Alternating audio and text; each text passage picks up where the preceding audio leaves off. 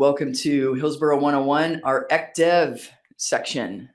So it looks like Robbie brought his entourage today, and we'll get started. Thank you, Mayor. As Mayor Pace explained, tonight is the second installation of our Hillsboro 101 series. So about a month ago, we had the first one. There's going to be a little bit of overlap tonight. That one did deal a lot with economic development, but tonight really focuses specifically on economic development. We have an incredible staff. You'll get to meet all of them tonight, presenting on their various areas. And again, this is there'll be some questions that may come up related to budget or other things. We have other work sessions that are set up for those, but tonight is really just a focus on the economic development department or division of the economic and community development department. And so I'll turn it over to Dan. Good evening again, Mayor Pace and Council. Thanks for the opportunity to be back for the second installment of the Hillsboro 101 trainings. We'll do a quick round of introductions just so you can meet. We have almost the full economic development team here. The one that is not able to join us this evening is Justin DeMello, one of our senior project managers. I will give him a few shouts out later in the presentation, but I'll let my colleagues introduce themselves before we jump into the formal presentation. Jim, would you like to start? Sure. Thank you, Dan. Good evening, everyone. My name is Jim Riley. I'm one of the economic development managers here with the city of Hillsboro. I've been with the city for just over 7 years. Good evening. I'm Val Okada, also economic development manager, and I have been with the city for about 24 years. Carla Antonini. I am a project manager, and I've been with the city for 25 years. Good evening, everyone. Ken Christian. I'm a project manager also. I've been with the city for about 22 years. Dan, really quick, I'm sorry, I forgot to mention, the way we set tonight up is that we have time before council, but we also reserve the time after council. So there'll be a logical break. But if you don't have, if there's not time to ask your questions before, we purposefully set it up so there's plenty of time afterwards. And so just wanted to give you all a heads up. Yeah, and there were a lot of questions that came up in the last Hillsboro 101 session. And so I think you had a bunch of questions as well. So this is the space to do that, right, Robbie? Yeah. And we have set it up, as Robbie noted, with a break right before your regular meeting, but we also have section breaks. So each section is somewhere between 2 and about 7 slides. So please ask your questions as you have them or jot them down, and we will call for a discussion before we wrap up each section and move on to the next one. So to kick us off, sorry, let me get in the presentation. The agenda for what we will discuss this evening is a brief overview of what is economic development in terms of the work that the city of Hillsboro does. It's a term in an area that can mean a lot of different things to a lot of different people. So we'll talk about that. Generally speaking, builds off of the last 101 session a little bit. Then we'll get into some of the specific areas of that work. One area being business development. We'll talk around incentives, site readiness and area vitalization efforts, and then we'll conclude with partnerships at the end of the full training. And as we often like to do, we'll start with a policy basis, and nearly all of the programmatic or policy-related activities that we do in economic development at the city of Hillsboro stems from the policy basis ranging from Oregon revised statutes. Most of the incentive programs that you heard about the last time, and we'll talk more about this evening, like the strategic investment program or the enterprise zone or the tax increment or urban renewal districts, are all enabled by state law. So we have to comply with certain pieces at the state, even though those are programs and things established and run locally. We also look to and build off of the community inputs that we receive from our 2035 community plan, that community vision that drives and inspires a lot of the purpose behind where and how we work in the economic development space. And then we have a variety of policy and planning documents, things like the Hillsboro Comprehensive Plan or the Economic Opportunities Analysis, which we'll talk more about later, that really establishes the pillars for the planning work, and usually looking at a 20-year horizon. What are the types of things we're aspiring for? What are the trends? What are the anticipated employment levels? And that policy work and planning work entails a lot of community engagement and input unto itself, but really helps to shape and inform then those follow-on implementation actions. And then lastly, there are components that get driven and emphasized through council priorities or through specific subcomponents of our municipal code locally that we have to work and comply with as well. So that's an end of the section break. Any questions on the agenda review or the policy basis? All right, we're off and running. My target was 3 minutes for that one. So this graphic and slide really is to center us around what do we mean by economic development, because we talked at the last 101 a lot about the large incentive programs and some of those large major economic projects. Intel was talked a lot about. Genentech we referred to a fair amount. But there were a lot of questions and interest from council too into other areas of that. And so really this diagram seeks to summarize the multiple facets of our economic development work, and in part why we wanted to highlight our great staff, but each of these staff really focus in on very distinctly defined and different areas of economic development that spans across our full community.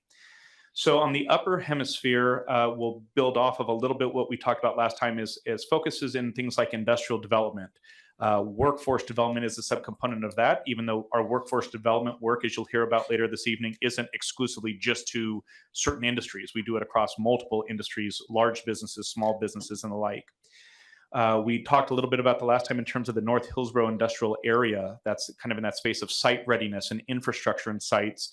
That becomes critically important to our city for a variety of reasons we'll talk more about. And then an area that Jim will follow this portion of my presentation up with around what we call business development. And that really is almost like you think about it from a private sector standpoint. That is us working with different business entities and business industries, trying to either bring them into our community, or if they're present here in our community, really trying to continue to support them and keep them as part of our community for what they contribute and add both to the city and to the community more at large.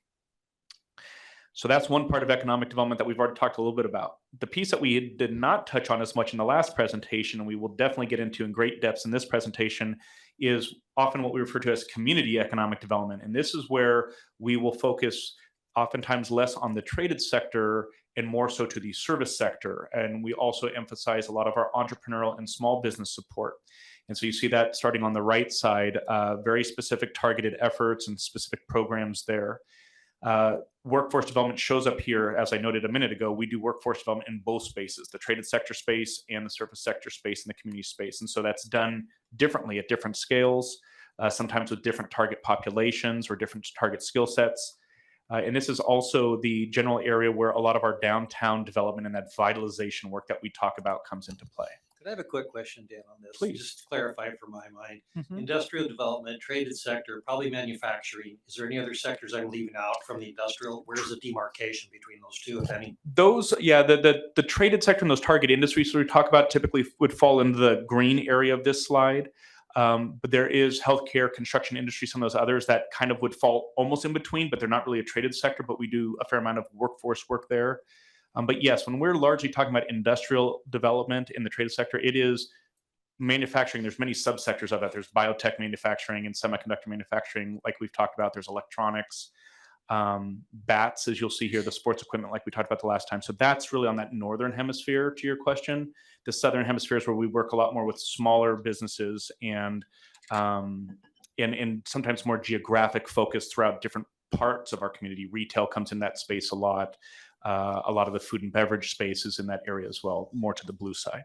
Yeah, I'm pretty clear as to where they clearly fall. I just wondered if there was any straddles, but healthcare sounds like one. Healthcare and construction are kind of straddling, and then there's some of the supply side that we'll talk more about that kind of can bridge both.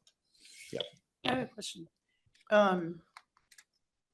Is there a geographic division between where downtown is, this area of downtown, and other small businesses? Are those just other small businesses and downtown is focused here on Main Street? Yeah. And if it's just focused on Main Street, where does Calle Diez businesses, where do they fit into here? Fantastic question. We will definitely get to that later in the presentation. We actually have some maps and some examples of that. Just keep in mind that this is like a centering slide graphic of like the highest, most kind of philosophical level. Everything we talk about tonight will break out of that. But I will answer your question. The small business focus of our work happens across the entire city. Small businesses that may be on TV Highway, small businesses in and around the greater downtown. So this downtown development is large, encompassing downtown, and we'll have a map that shows us this includes the multiple districts that make up our downtown. The 10th Avenue Calle Diez corridor is one of those. health and education district in and around OHSU Hospital and Pacific University is another one within our downtown. We have the Southwest area by Winco Foods. We have the Main Street or the core, which is here in the center. And then there's technically the northern and the southern neighborhoods kind of up towards Edison and then down towards Jackson Bottom as well, that fall into the greater downtown. So the Caydias businesses will show up in many areas, but on this high level graphic, they would fall more into the lower right or lower left quadrant in that downtown development and some of the small business development on the right hand side.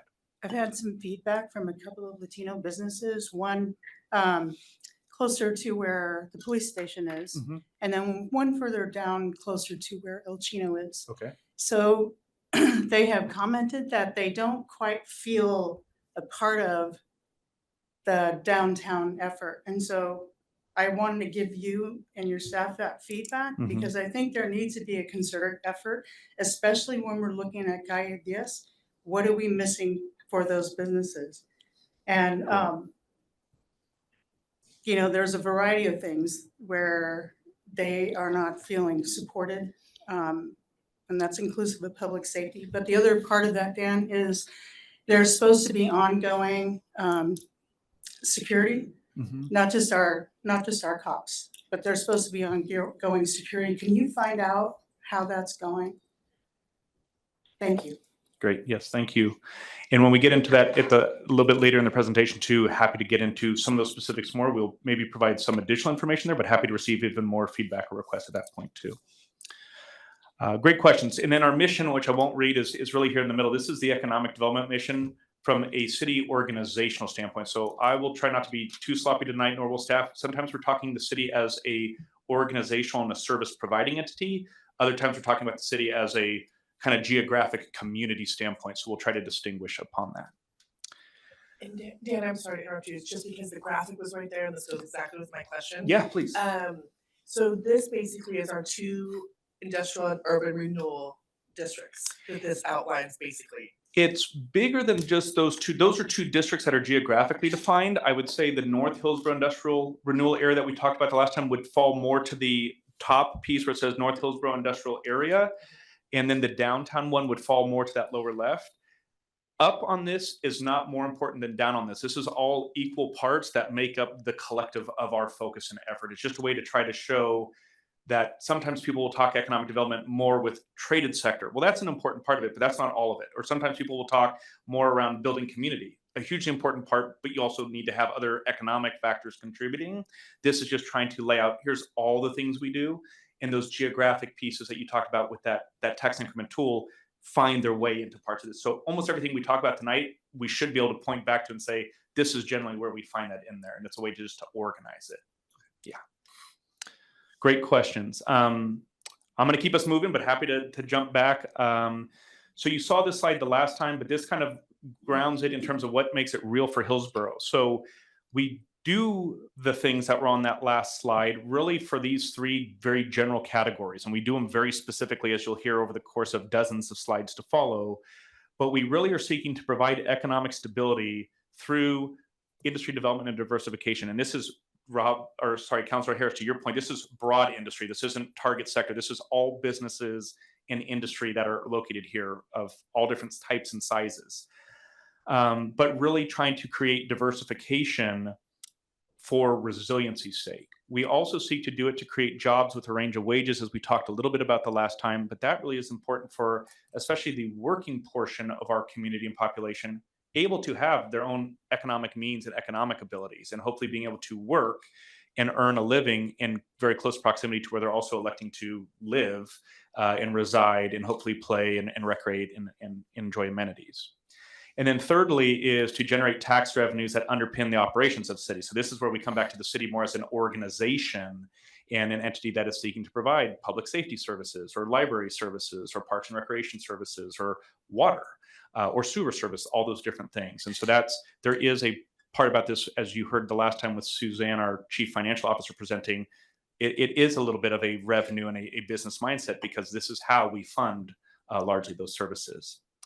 Down below each of those three categories are pictures that really help to celebrate and make that real here. So providing economic opportunity and stability. Here's an example of Jonathan Colon and some of our partners at Prosperidad at a workforce event in a table. And that's directly partnered with and supported by some of our economic development activities. In the middle there is the Intel Mod 3, the most recent manufacturing facility that Intel has constructed when it was under construction a couple of years ago. And then things like Oro at Hidden Creek Community Park. The revenues we're able to generate through the economic activity help us deliver those type of draws and landmarks and things that our community really values and appreciates. So we also always like to start with some indicators. This comes out of the Hillsboro snapshot, which is a variety of pretty standardized data that we update typically on an annual basis or a regular basis. It draws from a variety of sources. But a couple things to flag here is this is overall employment. I'll try to be very clear too, because we were able to find some mean and median numbers as well as average numbers. So we'll try to call those out as we see them. But our current numbers as of the end of 2023. So please note that usually these numbers are at least a year to sometimes 18 months old because they're verified actual numbers, but they take a while to get certified and processed, usually by outside sources, and then we consume and refer to them. The median household income is just over $103,000. So sometimes we'll talk about what's the median household in a housing space. That's where usually you can use about 100,000. So if we're talking 80%, you can look at that, and oftentimes it's pretty close to $80,000. And you'll see unemployment and the like. The one other thing I want to share here, unless there's any questions, is you'll see a graph kind of in the background that is showing the 5-year trend. So the number presented will be indicated by the year of the source data. Most of these you'll see in the text below each one as 2023 data. The graph in the background typically is a 5-year trend of what's that doing. So you'll see spikes. For example, that unemployment rate spike was the byproduct of COVID. And you'll see poverty dips. There's a lot of factors that can go into that, but you can see a general trend line. I have a question. Yeah. So what percentage of the population in Hillsboro is at that medium household level, and how many people are below it? Well, that truly is the median point. So I don't have the exact numbers, but half of the households in Hillsboro should be above that, and the other half should be below that. So I think we have close to about 18,000 households in the city, roughly 9,000 above, 9,000 below. Most of them kind of concentrated right around the middle of that. So go ahead. Did that answer your question? Yeah, I just wanted to get an idea of what the population that is targeting per those numbers. And you're saying it's half and half. Can you give me, help me out? Where I'm thinking of the city as half renting and half home owning. So half home owning, you're saying is at that medium rate. Yeah, that's a really good question. So these are all households. So one other thing to probably clarify is sometimes we will talk about a wage. A wage is typically tied to one person's earnings. This is a household income, which our average household size is about 2.6 people in the city of Hillsboro. This is the aggregated income per that household unit per the census data. To the point, so that's what we're talking about here. Is this isn't just a one person's median earnings. This is the average median earning for a household unit in Hillsboro. The other thing I think that is part of what you're asking is this number is agnostic to owners versus rentals. It just simply takes all the household units in the city of Hillsboro, rentals and ownership households, and says this is the average that they make. So there could be households that are renting here that are making $103,000 a year or $115,000 a year in renting. You could also have a household that is owning their home, and they could also be making $103,000. So it's not a reflection at all of the tenancy of the house. It is purely just what is that household typically bringing home in terms of income in a given year. Does that help? Hope I hit that one right. So this is an urgent question, just curious. Do you know how they're defining poverty? Is it area median income or federal poverty level? This is federal poverty level. Federal poverty. Okay, thank you. Yeah, great questions. And so we track these really as key indicators, both to see where our community is at. Sometimes they'll inform certain program pieces. And it's one of those, it's hard to track either, success or failures if you're not tracking now. Sometimes it's very hard to directly correlate 100%. We did this and it affected this. But if we see trend lines, we're trying to draw on industries with higher wages and we see our median wages going up. that tells us we're able to capture some of those additional salary benefits that the jobs in our community are producing coming back into the people then living in our community. That helps us have a greater sense of confidence of that, connected loop of the system, for example. Here's another stat sheet. So good questions on the first one. These are a little bit different, but we track these more within the economic development team specifically. I won't call them all out, but I'll highlight a few. 1 in 3 jobs in Hillsboro.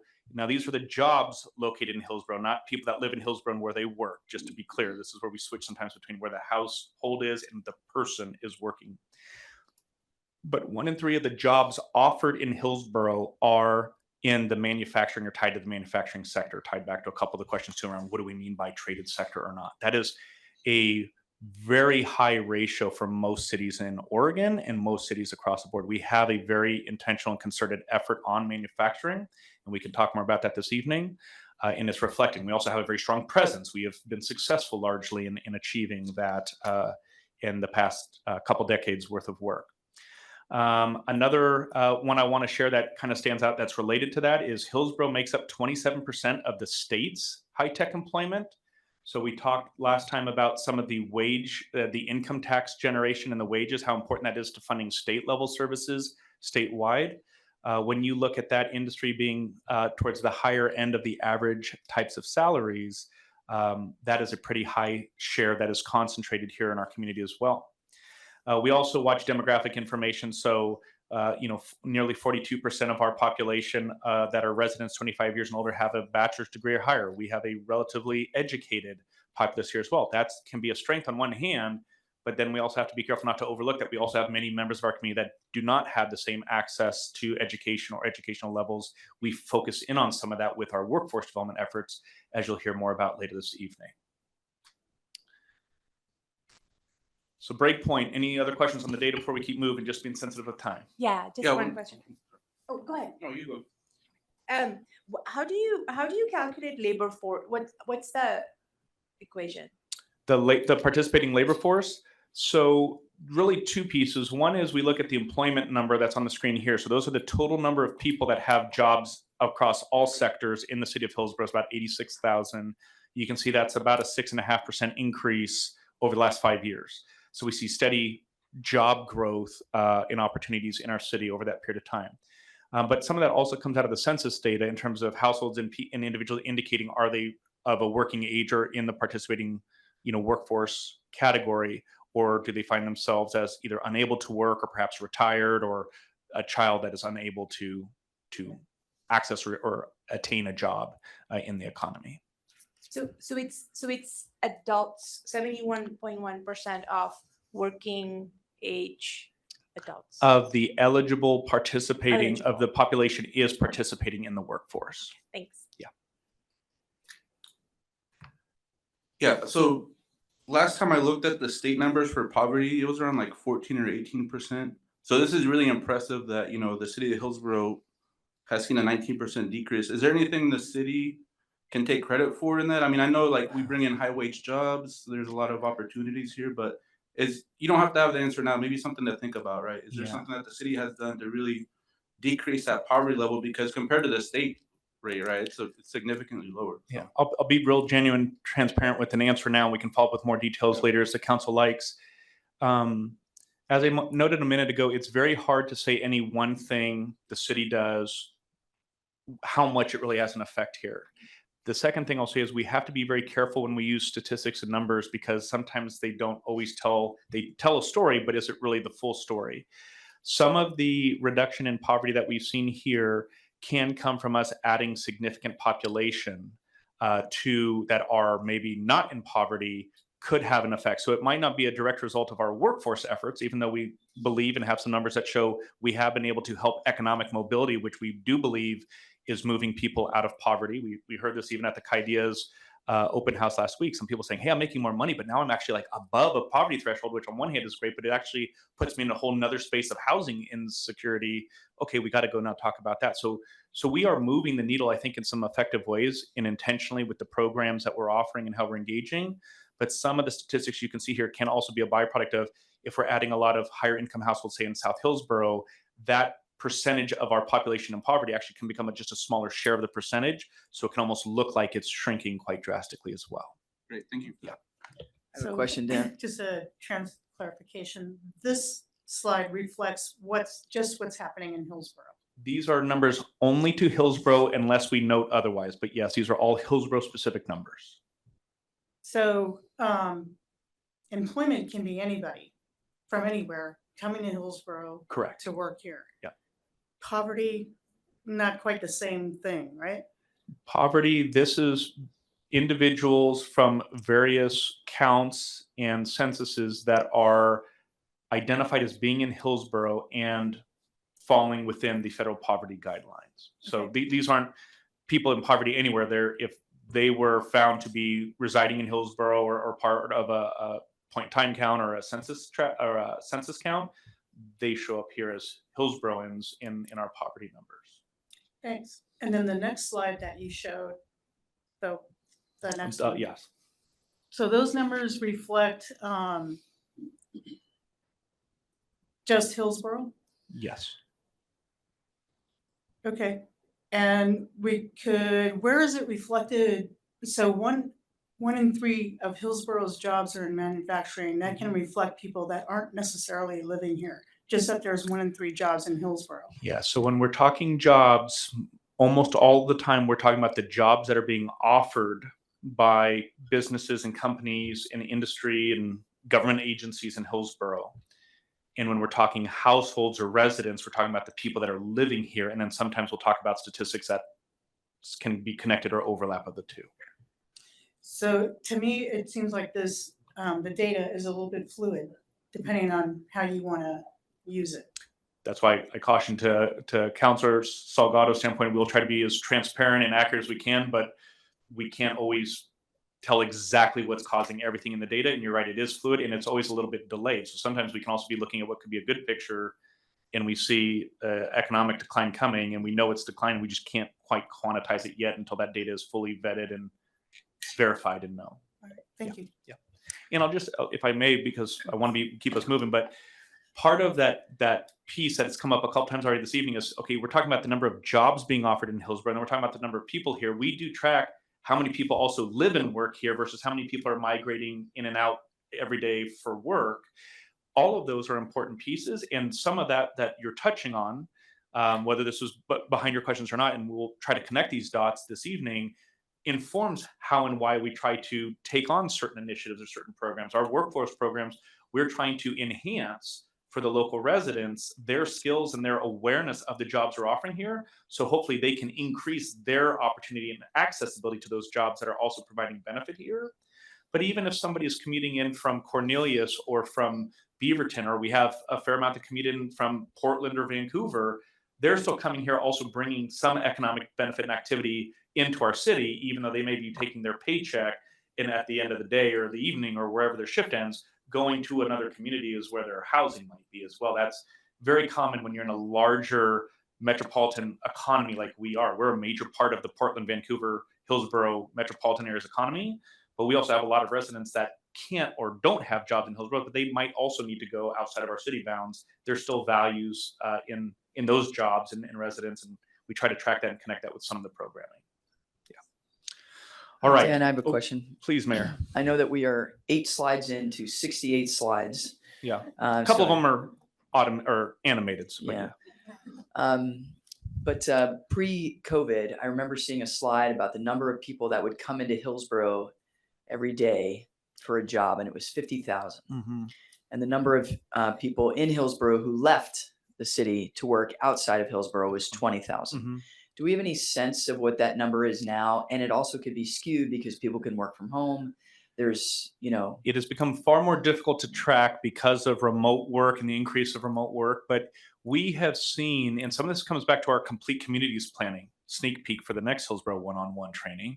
But when we talk about trying to build out, you may have heard historically like a jobs housing balance, things like that. We have typically seen roughly a 60-30 split of the jobs offered in Hillsboro. About 30, somewhere between usually 30 and 40% of those jobs are filled by residents of Hillsboro. And then we see about 60% migrating in. And then there is a share, usually about 15% or so that you said that can go out. So the breakout, we'll get you exact numbers, but that rough breakout of about 30, 60, 10 is usually what we kind of see. 30% leaving the city, 10 to 15% staying and working within the city and living in the city, and about 60% migrating in. But we've seen the overall trend over the last like 10 to 15 years, more people, a larger share living and working in Hillsboro together than commuting in. And a big part of that is the way we planned and delivered housing in Amber Glen, South Hillsboro, which is Village South, which adds to that complete community, reduces commute times. We'll, again, get into more of that at a future date. Great. Thank you. Yeah. I have questions. Hopefully you can answer with one word. True or false then? I know. Yeah. Well, it's like a cross-examination. Yeah. I'm trying to be concise myself, not to you, Dan, but of the manufacturing jobs, you're showing 89% are in high tech. Does that include biotech in the high tech? It is. Yes. Okay. What percentage is biotech of that 89%? Yeah. More or less.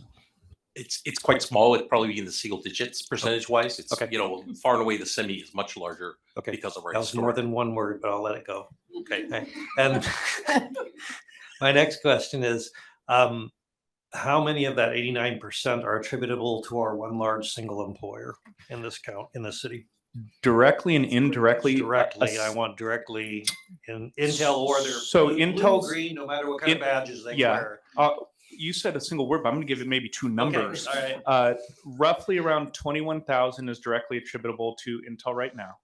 Nearly all of those here. There's a couple hundred that are in Aloha, but 21,000 is the direct Intel number, largely out of that.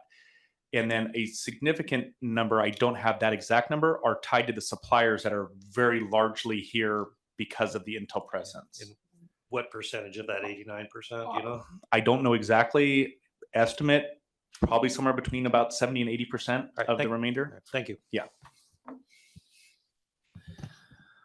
All right. So why do we have the high reliance? This will be the last piece of my section. I'm going to turn over to Jim, but this is really the last of also the bridging from the first 101 session to this one before we get into the more specifics, into a greater level of depth.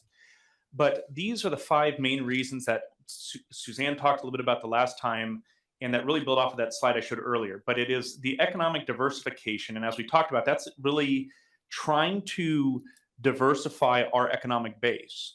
We quantitatively have shown and seen that our diversified base, and when we mean this is our housing and our different industries, have led to greater economic stability, especially during recessionary times. Now, that doesn't mean that's always going to be the case. But when we did our recent economic opportunities analysis update, we went back and were able to see comparatively, compared to the region and the state and the country, during the Great Recession of 2008 to 2010, we weathered that. When you looked at unemployment numbers, not to say there wasn't a spike, we definitely saw impacts in our community, but overall, the level of negative impact was far softer in Hillsboro than in many of our surrounding cities and state and the national average. A large part of that was because of the industries we have here use some of those recessionary times to actually make investments. So we see construction activity almost pick up in recessionary times. If that activity is picking up, usually then the housing market is still somewhere to follow, even though the housing market at that point in time was completely getting, very detrimentally impacted. Similarly, during the COVID pandemic, we saw significant impacts economically across the country, across the world, also in the state. We can go back now and measure, and we received far fewer impacts. And for those that were around during the pandemic, much of our economic base was deemed to be essential workforce, which meant those people working at the food processors or at the advanced manufacturers or in the healthcare industry that we have here were staying employed. Now, we had to take measures to ensure it's being done safely, and we provided small business support grants. But that is demonstrable to show in the construction activity. I remember we did a tour with legislators, back to the tour, and we were driving through North Hillsboro at the time, and the streets were lined with contractors building at a point in time where the state was seeing this massive spike in service sector because everybody was being forced to shut down or curtail operations. That was a byproduct of us being economically diversified somewhat, and we benefited from it, meaning we had lesser negative impacts, even though we still had significant negative impacts. The second area we talk about here is the desire for economic prosperity. And this is to our people. This is where we talk about the residents that are here, whether it's our youth that are coming through our educational programs, and we're seeking to at least give them the option to be able to afford to live here and access a career here and stay here if they so choose. This is also around economic mobility and uplifting. We have efforts, and you'll hear about this in our workforce development, trying to empower previously marginalized and historically marginalized communities, or that are underrepresented in some of our target industries. How do we do concerted efforts there to increase accessibility, increase skill attainment, to access those jobs and therefore those wages and those benefits? And so you'll see about, without some of the economic development work, our ability to both create those opportunities and in many cases fund them would be challenged, or they're going to be competing with public safety dollars or library dollars or parks and recreation dollars, and we have to be making much more difficult trade-offs. The third category we talk about is I just wanted to ask you one thing, and I know I mentioned this to you before, but if you could follow up. I appreciate the partnerships that we have with North Hillsboro businesses and looking at us as a population as a potential workforce in the future. So I'm in STEM now, so we're looking at K through 12 and Title I schools. Those kids need to have access to those companies, need to have school buses. I would like that included as part of our initiative of building that workforce, because it sort of makes the disenfranchisement a little bigger than that. So I'd like to close that, and not just so that kids can get trained to do specific things in those industries. I would like to see them become, and we have, what was the percentage? I'd like to see them get bachelor's and master's degrees, not just jobs that they can get in. Agreed. Yeah, thank you. Absolutely. We'll come back to a couple of those. These are all good prelude questions for what's to follow. The third category is city fiscal and economic stability. This gets back to underpinning our financial operations, a lot of what you heard about the last time. That also leads to part of the reason why we focus on the industries we'll talk about here in a minute, is because, as you heard at the last 101, we are very reliant on property taxes to fund our city operations and services. We don't get access to sales tax. If we were in California, a major economic development win could be bringing in a Walmart or a Target or a car dealership, something that's going to be selling a lot of value goods, because we would be getting a piece of the sales tax to fund our library services or our public safety services. That's not the case here. We get it based on property taxes. And so part of that is what factors into, we go after industries and businesses, oftentimes at least a subcomponent of them, that have very high values of the investments they make in the property and their facilities, because of the benefit that that brings back to us from a revenue standpoint. And then lastly, an important piece is the fact that we are a full service city. You hear that a lot, but that really is a competitive advantage. We'll talk about what competitiveness means here a little bit later.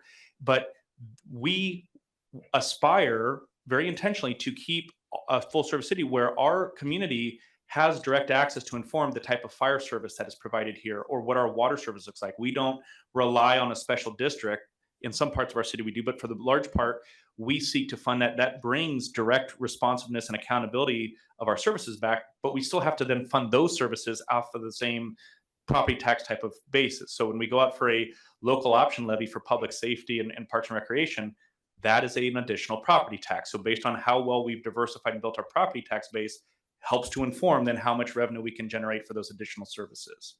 So to make those a little bit more real, we break them down just really quick with some very specific examples. So in that economic diversification, having different industry bases, here's a quick snapshot of what that can look like. Rosendin Electric, these are entry-level trades, largely electricians or apprentices, well-paying jobs, very good benefits. Rosendin is located up off of Evergreen and Huffman, near the kind of by Genentech. They go into that facility, but these electricians are primarily working in the data centers that are also around, or going into a lot of the manufacturing campuses to support their electrical needs.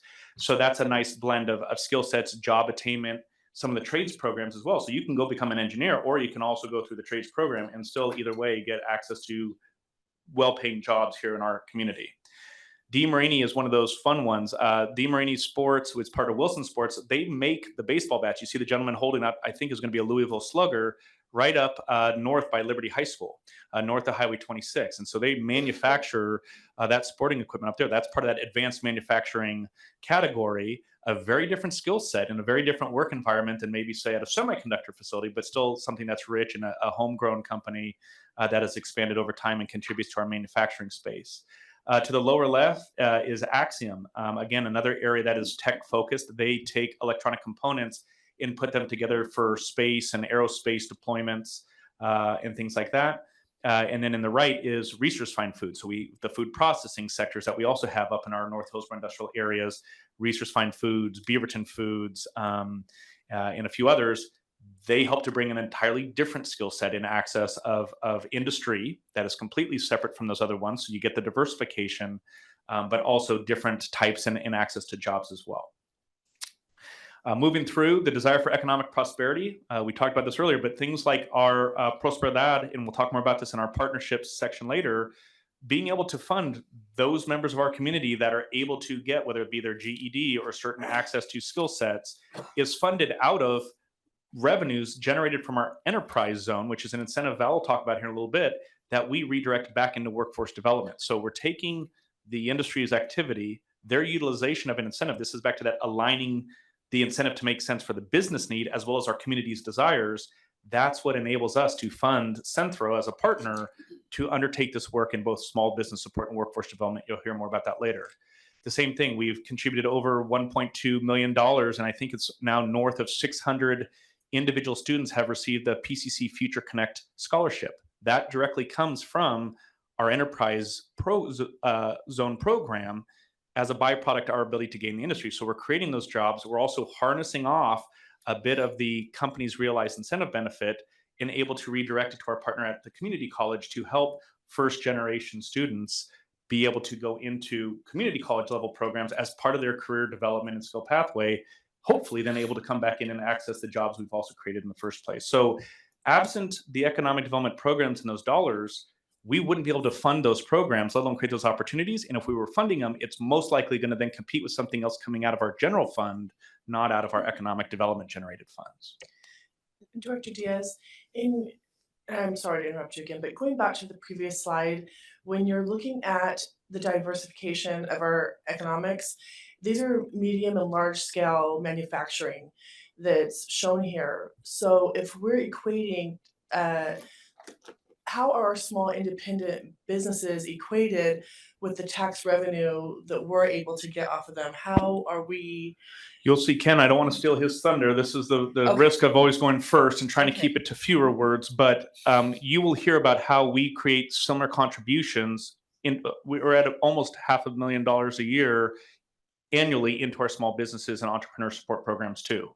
And not all these are big businesses. It depends. This is one of those things in economic development.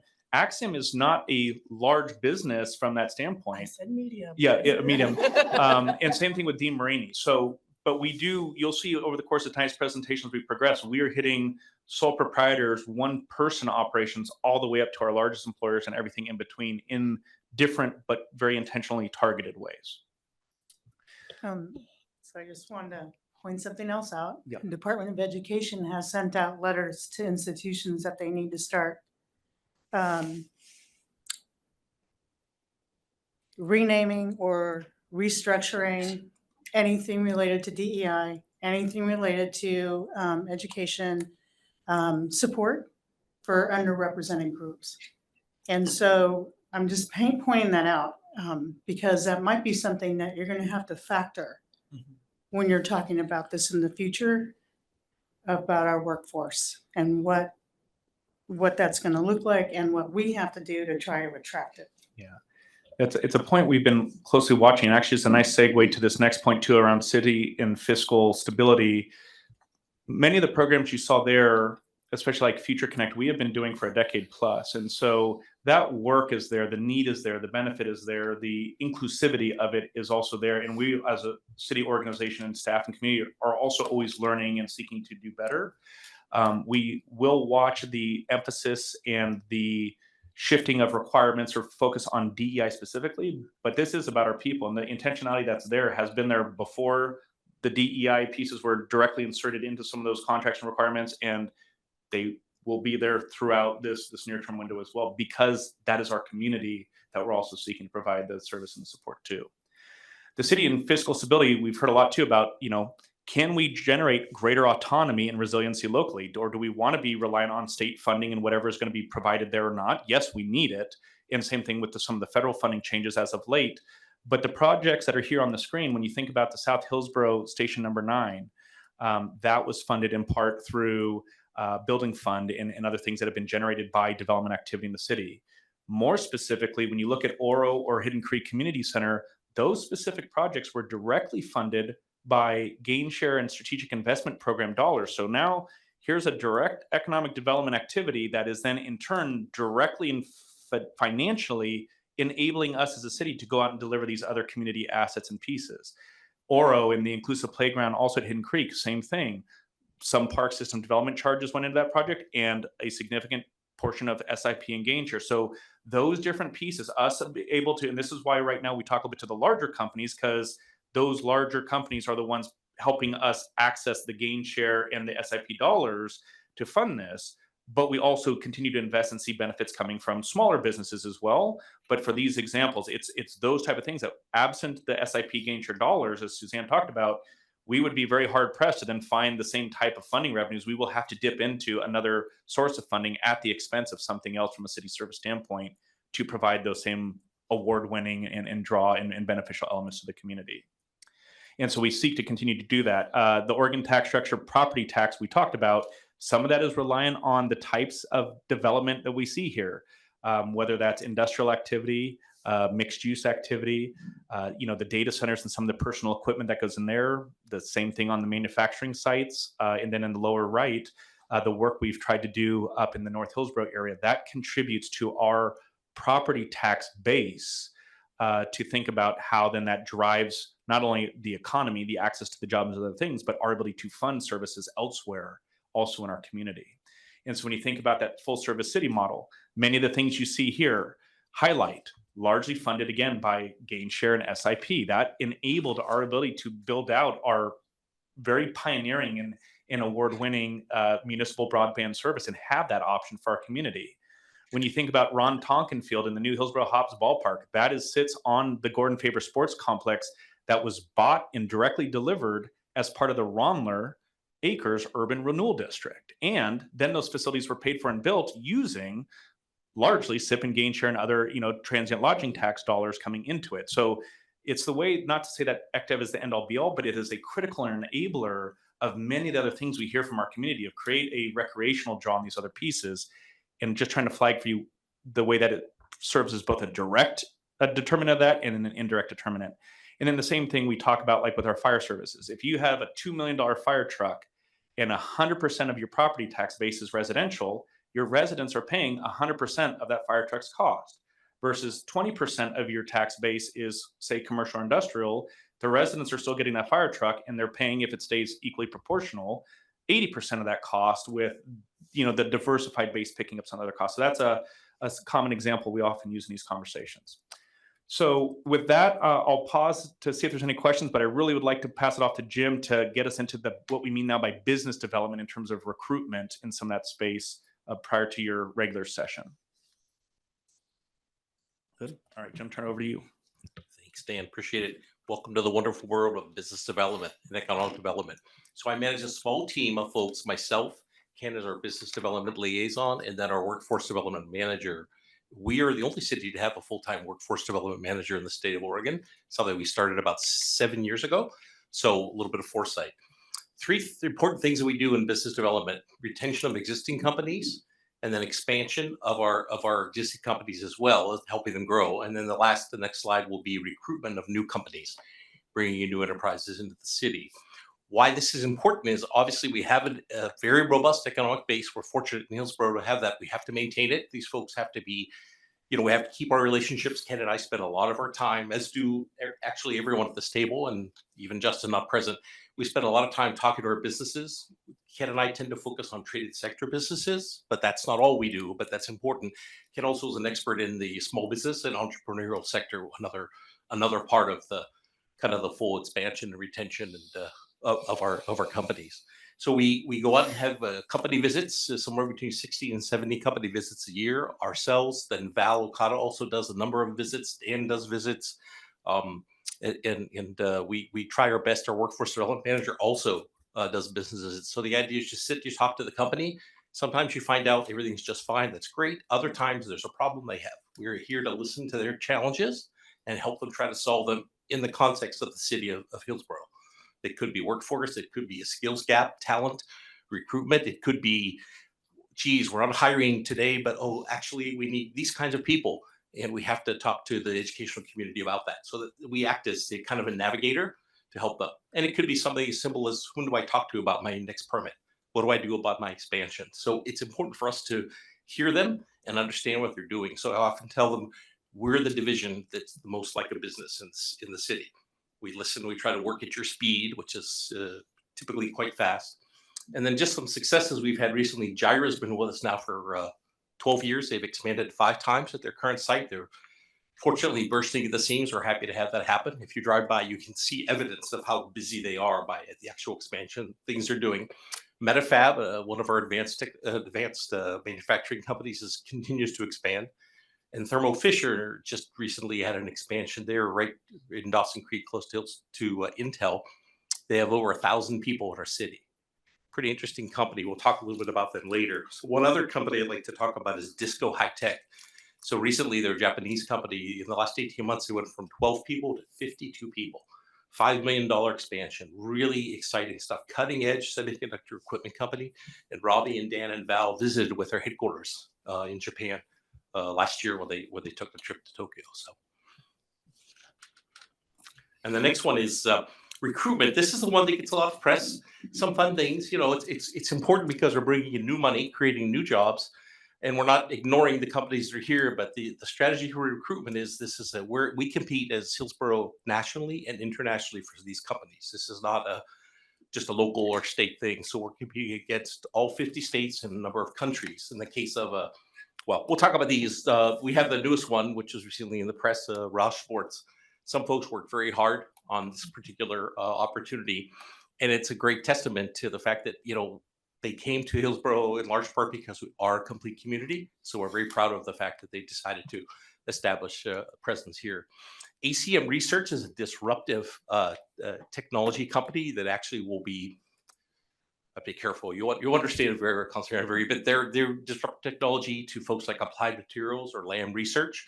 They're not very large. They have less than 50 people, but they're a brand new company we brought in 23, and then in 24 they expanded. They're actually just finishing the latest expansion. So cutting edge, high paying jobs, and folks from entry level technicians all the way through people that have a PhD. Great company. And that really underpins the innovation center.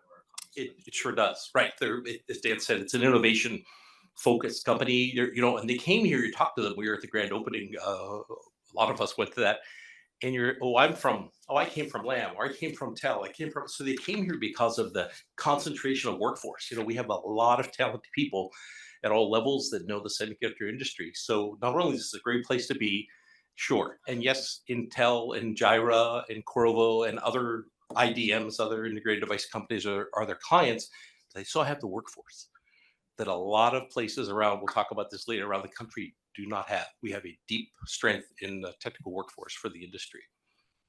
And then Jusong is one of our latest Korean companies. We'll chat a little bit later about our foreign direct investment. We have a number of international companies in the city. So the next slide is targeting this is our target industry. So this is about 5 years old, so we're going to be updating it soon, but still by and large computer electronics, which includes semiconductor. As part of that is very much a major part of our industrial base here in Hillsboro. We'd like to start to grow more the biosciences, biotechnology, companies like Genentech, Acumed.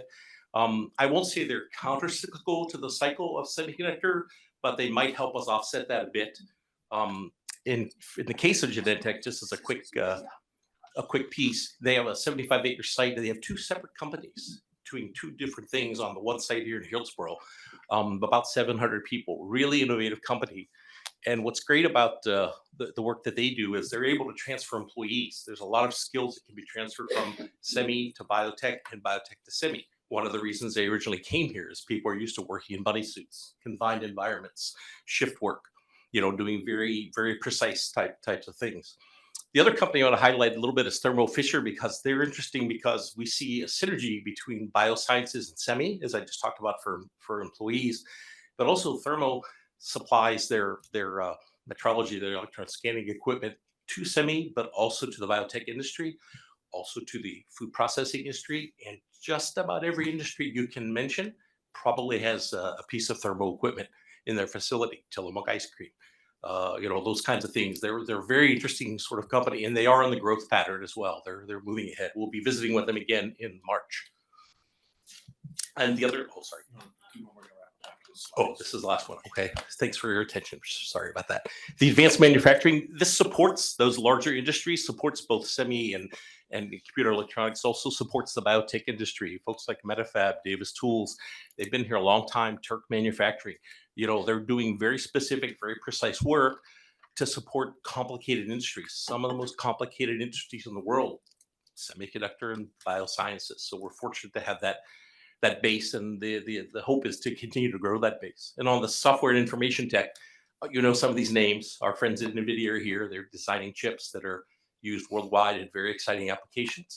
And folks like Adobe and the number of data centers that we have, we'll talk more about that later too, but the data center is important to us because it's the infrastructure of the 21st century. Without the data centers, we can't do the things we do, like what we're doing here tonight in our meeting.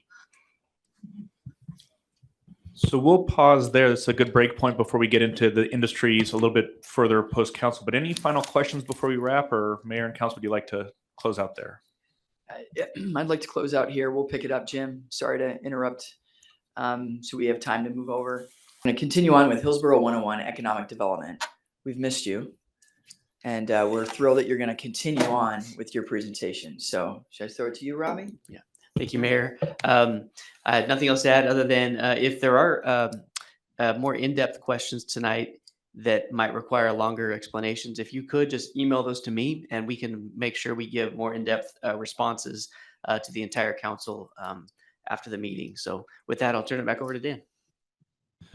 Great, Mayor and Council. Thanks for having us back. We do have quite a few sections still to get through. We're hoping to wrap those up before your regular session. So we're going to pick up where we left off here, which was slide 20, talking about our target industries. And I'll turn it over to Jim Riley to walk us through a few of those, and we'll get on with the rest of the presentation beyond that.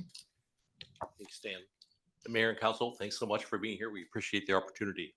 So picking up from our last session, for the target industries, the computer electronics is the largest of the 4 target industries that we have. That includes, things like semiconductor and other computer and electronic related activities. That paired with our bioscience, which is smaller, as you can see, but we're trying to grow that. That's a very important target sector for us. We feel the wages are comparable. There's a lot of skills, workforce skills that translate between semi and C&E as well as biosciences. The advanced manufacturing sector with folks like Davis Tool and Metafabs, those companies support those 2 industries, the computer electronics as well as the bioscience. So they're kind of additive. And of course, the software and infotech, which would include data center software companies that software as a service that are here in the city. I want to call out under that section, we do have NVIDIA as one of those companies, a very famous company nowadays. And they're here with a couple of hundred people actually designing leading edge chips right here in Hillsboro. Very low profile, but they are here. So they're an important part of the ecosystem as well. Next topic is the aggregate tech. So this is kind of talking about all the technology that we have as an industry. I'll just point out 3 important things. If you look to the left of the bar chart, this is location quotient, and the U.S. average is 1.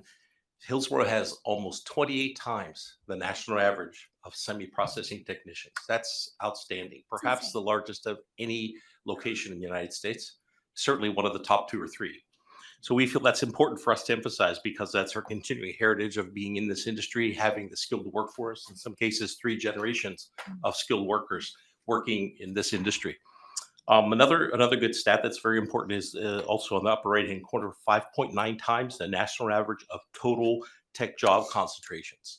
So we're well above the national average in these important sectors that are both important family wage jobs. It's 21st century economy type things. It's not looking backward, it's looking forward.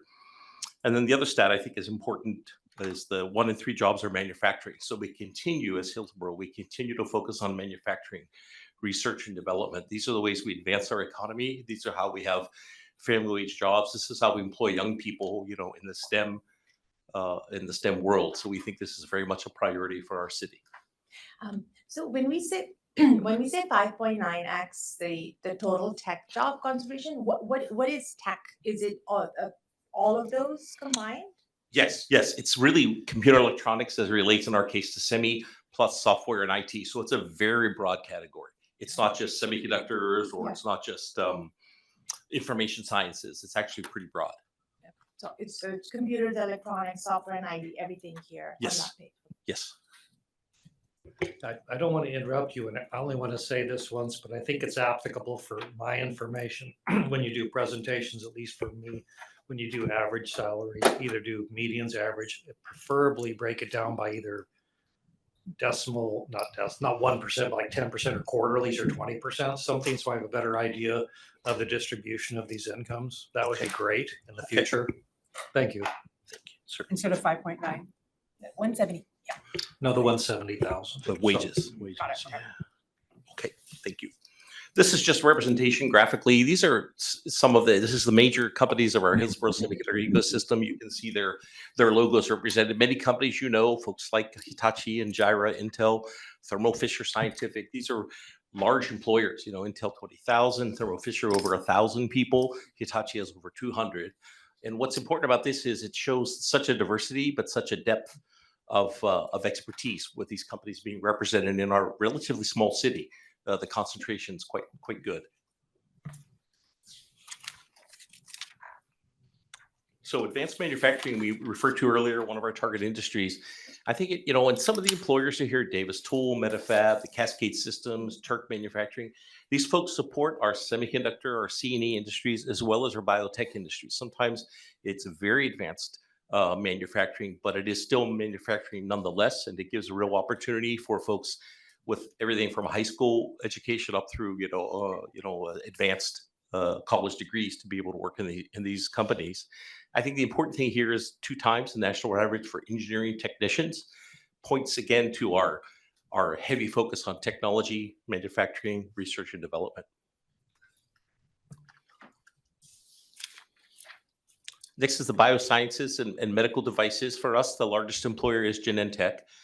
They do have actually on their 75-acre site just off Brookwood, they have 2 companies. There are 2 separate P&Ls, 2 separate directors doing 2 different things. One is more of a traditional biopharmaceutical. The other is actually personalized cancer vaccines, very high technology type of an enterprise. So Genentech is our flagship biotech company. And of course, we have others as well, including Acumed. They're more on the medical devices. Of course, we have OHSU with the primate centers here. And of course, Acumed, by the way, has also 2 physical locations in Hillsboro. Quite an interesting company. They're the folks who repair you when you have serious damage. If you have some surgery that needs to be done as a result of an accident or screws or plates, things that keep the bones together. Acumed does that in a very interesting facility. We've actually toured it before. And they bring physicians and surgeons and doctors and medical folks from all over the world to Hillsboro to show them their new offerings and what they have to show. It's kind of a little known thing, but it's a great company. I just wanted to tie in one piece. We'll talk later on about the economic opportunities analysis, which is what we use to also forecast where the city's economy over the next 20 years in terms of the mix of jobs and industry may go. But in the upper right of each of these industry overview slides, you'll see the 5-year average growth rate that we are either seeing or projecting, and all of them have been in the double digits of those that we've covered so far. That's why you see the levels of employment projections and in some cases land need or facility need in that critical policy document. Next, we're going to talk a little bit about data centers. So if you think about it, data centers are the backbone of the 21st century economy. Without data centers, we cannot function. We can't have this meeting.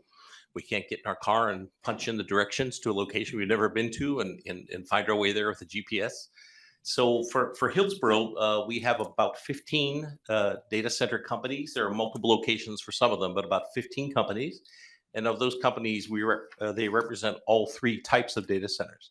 Co-location, think of it as like a hotel where you have instead of different guests, you have different companies that are in one big facility. So they co-locate together. Could be, we really can't talk about the company names, but in fact, they're companies that we all know very much and use on our phones and work on our desktops every day. Stack is one of the good representatives of that, and they've been in the city for quite a long time in the facility. Next is Enterprise Data Center. We like to use the local version, which is the Oregon Health Sciences University. So this is dedicated for that company. It's a large data center, but it's just one organization, proprietary to that organization only. Whereas the co-location have multiple tenants, almost like tenants in an apartment building. And you go in and you'll see racks of servers representing those companies' activities. And then the last one is the hyperscale. These are the massive, big folks. So the QTS folks off of Brookwood, you see that's several very large buildings. Other examples of that are the folks at Google. They're not here in the city, but Google, other parts of the state type of deal. It's a large enterprise, a huge hyper location. And then this just shows some of our Triget-specific undersea cables that are the daylight. We have 7 that daylight here in Hillsboro. That's quite a lot for a city of our size and for a location like ours. That reduces latency, so the time of transactions is much faster having this. And when they daylight here in Hillsboro, they actually are part of a robust fiber optics network ring, if you will, that links all the data centers in the city together. So this actually is important to us for not only retention of projects, but also recruitment of new companies because they see this kind of capability. And folks need to have access to data. They need processing time. They need to be part of this whole data transaction. So for us, it's a positive thing. It also, of course, creates very well-paid jobs and creates a lot of investment for the city that goes to our general fund. Jim, when you say daylight, you mean what? Where it pops out of the ground? Pops out the ground. Yeah.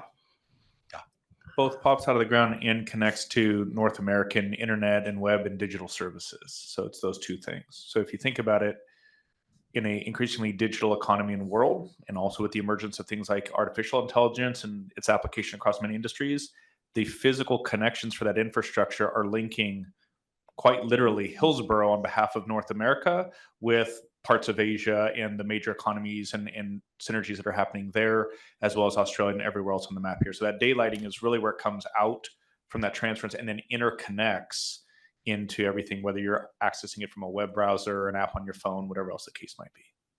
Thank you. Director Diaz, can you briefly explain to us what the different colors mean and how many there are altogether that Hillsboro has? Yeah, briefly, the different colors represent the different lines. So each of those lines connect unique geographic locations and oftentimes have unique sets of investors or operators associated with them. So that's simply just the color coding. You'll see some that are the same color. That means it's a similar line and or a similar investment group, maybe just doubling up for capacity or connectivity purposes. And then I apologize, what was the second part of your question? How many do we have altogether? Oh, roughly we have about 7 right now, but there oftentimes will be conversations of additional ones coming, but I do believe we're sitting at 7, right? Yes. Yeah. And these are privately owned? Yes. Okay, so the entity would come and talk to the city about having another one? Well, the entity would work through a variety of means if they're laying the cables. Hillsboro's jurisdiction is only within Hillsboro city limits, but they would work with us if they are planning to either build or use a facility to connect into the local and the North American grid. Yes. But if they're like laying cable across the Pacific, we don't have a say in that. Correct, but we would have a say in where they, like, why Hillsboro? Why not?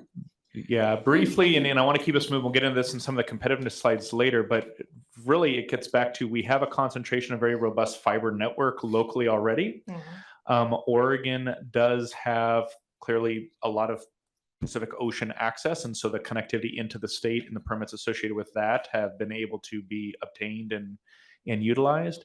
And really, it gets back to the operation of power. So the operating of the data centers themselves also require a fair amount of power, and we have power in the Northwest, and in many cases increasingly renewable power. So those are some of the factors that really start to support that.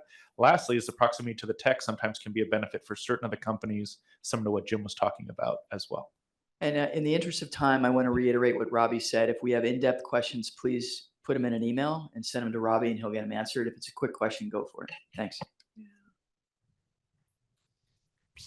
This slide just represents some of our key employers. So it's all of the 4 target industries that we talked about. What we like to show here, a very important thing for us is it's very compact. You have a lot of companies here that are in the S&P, in the Dow.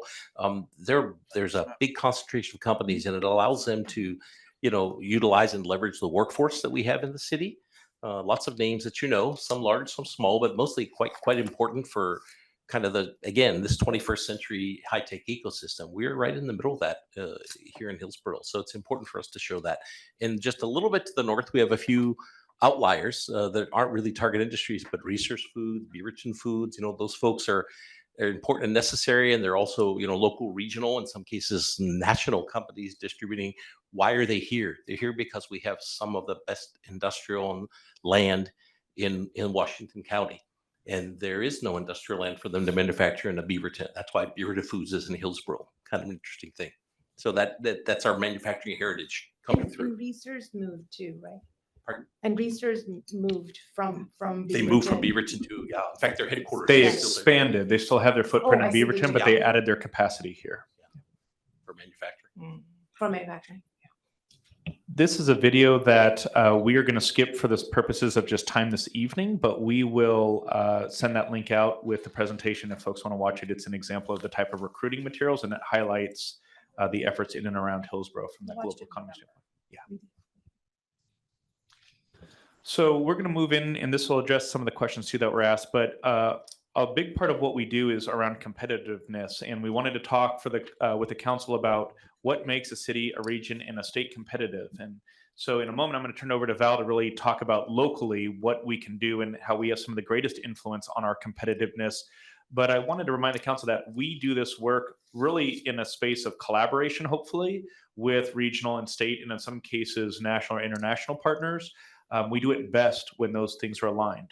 However, with that being said, they're not always aligned, in which case then we come back to what is it that we can most directly influence and support out of the interest of our community, and that is the local competitiveness. So with that, I'll turn it over to Val. Thanks, Dan. I'm Val Okada with the Economic Development Department. It's nice to be here with you, Mayor and Council. So at the local level, we put our efforts into these areas that make Hillsboro competitive. Based on our experience, companies focus on these factors when selecting an industrial site. To provide some context into the site selection process, companies typically request extensive site and community information as the first step. They look for reasons to reject our sites before considering our advantages. Our goal when responding is to give site selectors reasons to put us on a short list so we can further demonstrate our community's attributes and how it aligns with their project. From this list, the most critical are site availability. Without available sites, we cannot compete. A robust industrial land supply that is development ready and in a variety of sizes increases our competitive advantage. Workforce. Companies want to be assured they will have a workforce to fill their jobs. Our workforce manager works directly with companies and aligns their needs with appropriate resources. This position also collaborates with education partners to develop programs to create a talent pipeline, ensuring a steady flow of talent to support our companies. Infrastructure. Near-term and long-term infrastructure capacity is critical to support development. Companies want to be assured that capacity is available now and in the future as their company grows. North Hillsboro has excellent water and sewer capacity. And incentives are essential to remain competitive. Business expects some type of incentive to be offered, and we'll discuss these programs later in the presentation. So in short, maintaining and building upon what we have provides us with a competitive advantage when marketing Hillsboro as a great place for a company's next investment. So we'll break out now into a couple of these topics, a little bit greater specificity. But one piece I wanted to reiterate back up to the what makes us competitive is very often, actually most of the time, Hillsboro is competing with other states, other regions, other cities. Sometimes we even, not too often, but we'll compete with other cities within our own state in terms of that viability. And so that's why it is really important that we are very focused on this work and very intentional about the work. But if we have to go compete with, say, a greater Phoenix region or a greater Dallas region, those are substantive regions unto themselves with their own economies and advantages. That's why it's very important for us to understand what can we influence and put our best, most competitive foot forward, and then where and how are we seeking to align with our other partners in state and in region as well. So we'll turn it over to Jim to give an overview on the workforce aspect of our work and competitiveness. So as Val mentioned just a few moments ago, workforce is a very important part of our competitive landscape. It's something that the site selection folks, these are the consultants who help large companies pick sites around the world, and also the companies themselves come for. 15 years ago, it would have been on the top 10 list. Today, workforce development is always number 1 or number 2. It's always up there. There's a tremendous competition for skilled workers, especially in the high-tech industry. So as the city, we feel that the Venn diagram you're showing shows how workforce development, the city, our educational partners, and business and industry come together, and we help them. We'll talk about that in the next slide. We come together, bring these entities together to, one, help our existing companies so they have adequate workers coming up through the system, the pathway or the pipeline, but we like to say pathway. And also for recruitment purposes, it's important for these companies when they talk to us, they want to know very specifically, oh, you have 28 times the number of national semi-techs. Oh, you guys must get the industry. Great. Because it's too expensive or difficult for them to go out and try to bring the workers in. So we have to have that. It's as foundational to us as a good site or utilities. And this is one of our answers to the workforce development. About 7 years ago, the city decided to create an organization called AMTech. You can see the acronym is there. AMTech is really a combination of industry partners and academic partners coming together. The city is also involved. We facilitate, we coordinate, we provide advocacy, and we bring them together on a monthly basis. In fact, tomorrow we're having our March meeting right here in the Civic Center upstairs.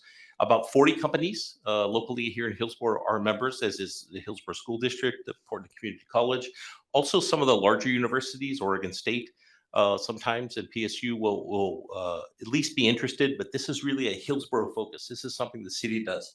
We're the only city in the state that has an organization like this, and we've had it for about 7 years. It's taken a long time, but there's a lot of energy. There's a lot of great cooperation. You have companies that compete for the same workers, actually helping each other, trying to figure out how they can find more workers, retain workers. How do they do training?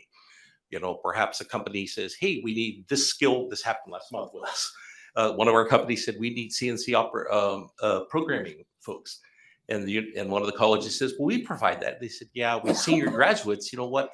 That's not what we need. You're missing the mark. So it's up to the city to help facilitate industry and academia talking to each other, create the curriculum so that when the students graduate, they can go to work in our industries. That was long, sorry. Okay. So some of the initiatives that we do and that we actually fund for workforce development, Prosperidad is a very important part of our workforce development, and we've been working with them now for many years, 7 years actually, for funding some of the things they do. I think the important stat is there are about 500 folks annually get to utilize the services. The city is deeply involved with that. In fact, just a few months ago, we attended the graduation right here in the auditorium, in the Huffman Auditorium for the Prosperity folks. It's really interesting to see. Some folks are getting a GED. Some folks are, graduating from college. We're trying hard to uplift and upskill the existing workforce and the residents here in Hillsboro. So for us, that's a very important investment. The other is our Hillsboro Manufacturing Workforce Partnership. It's kind of a consortium. We have the Hillsboro School District, PCC, the Chamber, and this helps initiatives to build and design a sustainable workforce pipeline. So, for instance, we have Manufacturing Month in October. There's also Manufacturing Day, where we get students out, mostly high school students, out to some of our Hillsboro companies, get them through, take them on a tour, and say, hey, you can work at Edwards. You can work at Applied Materials. This is a good job that you can do. This is something that's very important for for the economy, but you can do it right here in your own town. You don't have to go anywhere. You can stay here in Hillsboro and thrive and do well. Hillsboro Works is another one we do with the chamber, and it provides internships. Carla has had in her downtown work quite a few good interns from this program, helping out the the non-traded sector retail type businesses. Sometimes they have bilingual skills that's the interns do, so the students then can have the opportunity to talk to customers, in various languages.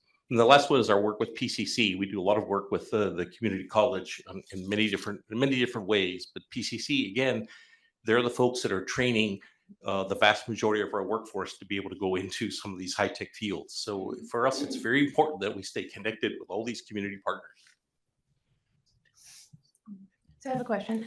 So in the previous slide, there's AmTech, right? And then in these, so are these initiatives part of AmTech, or these are all separate? No, all these initiatives, including AmTech, are the city. Our economic development division does that. Okay, yeah, and they're all different initiatives. All different initiatives Yes. for depending on different populations of potential workers or students, or another, for AmTech, we're just providing we provide and facilitate. We provide a platform for folks together. Yes. We're kind of neutral territory, right? Competitors are in the room together, sharing secrets. That doesn't happen in other places. But over the course of 6 or 7 years now, people have become comfortable and gotten to know each other, so they'll do that.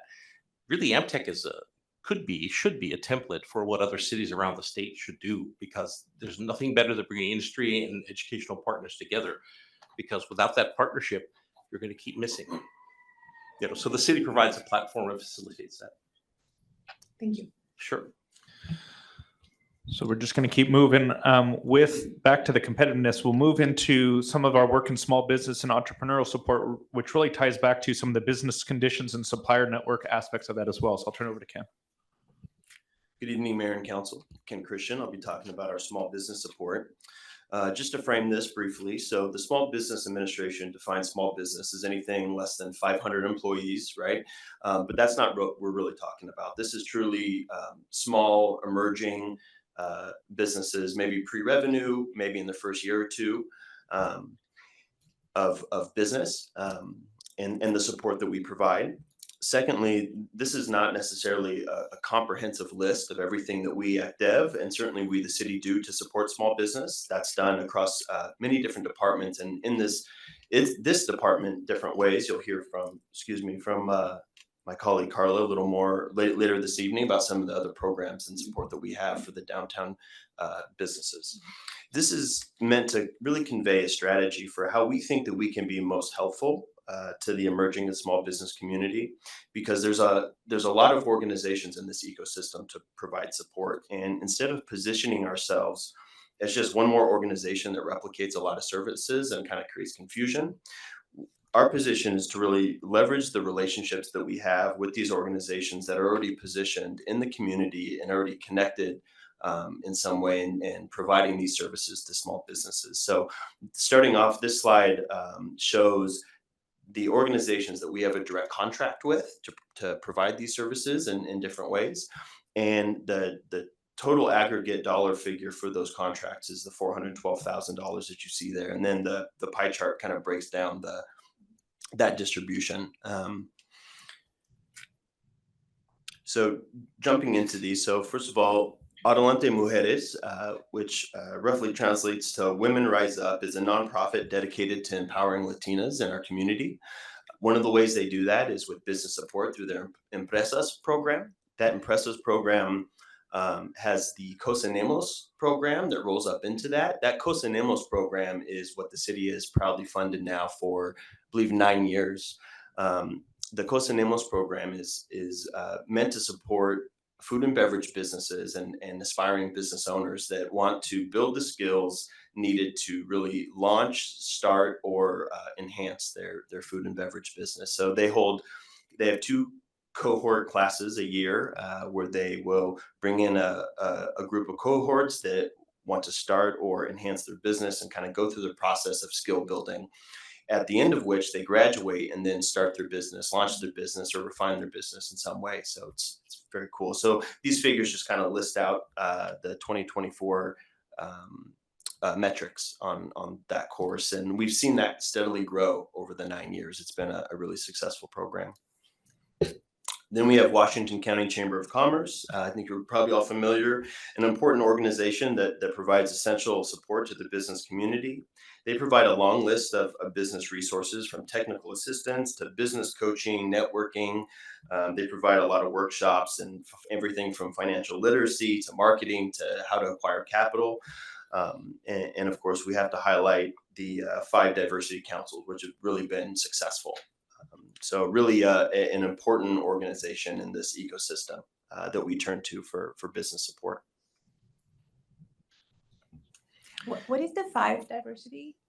Is that Yeah, the 5 diversity councils. Yeah, there's 5. So there's the Black Business Council. Yes, you're familiar.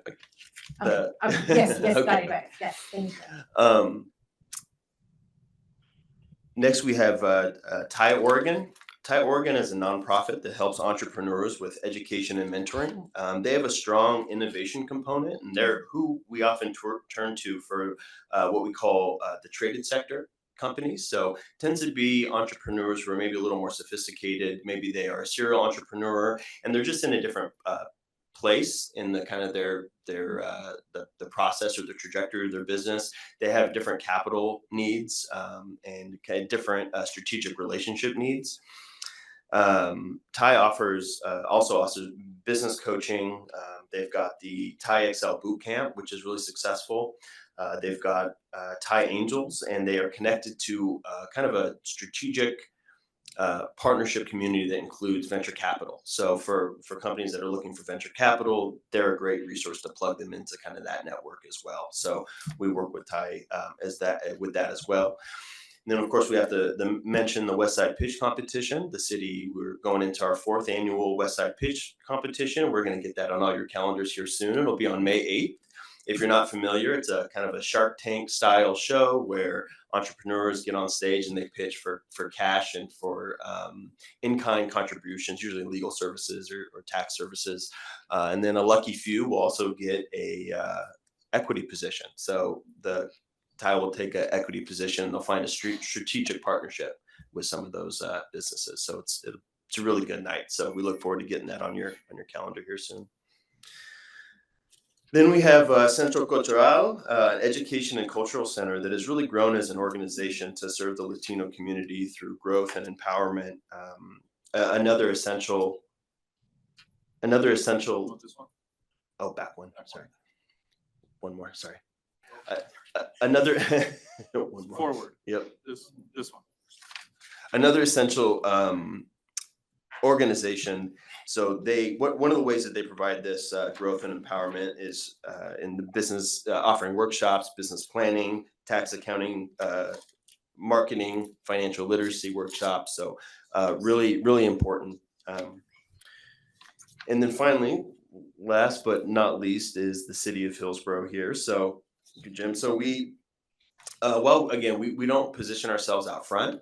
We distinguish ourselves at the city of Hillsboro as a service-oriented city, right? So we're here to meet that standard. So any folks who think that in their mind they think the city of Hillsboro is here to help them, we're here to meet that standard. So while it's not a huge part of my job, I do spend quite a bit of time going over business plans and offering business coaching and one-on-one services, in addition to connecting them to folks in that business support community.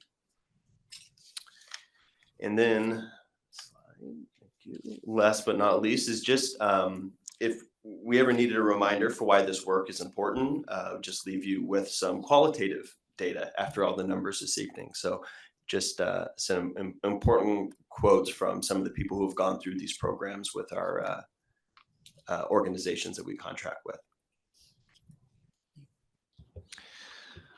So what Val and I were discussing is, just for the sake of time, some of these incentives portions we covered at the first 101 training where we talked about tax increment financing and enterprise zone. We put some slides in here just to tie it back.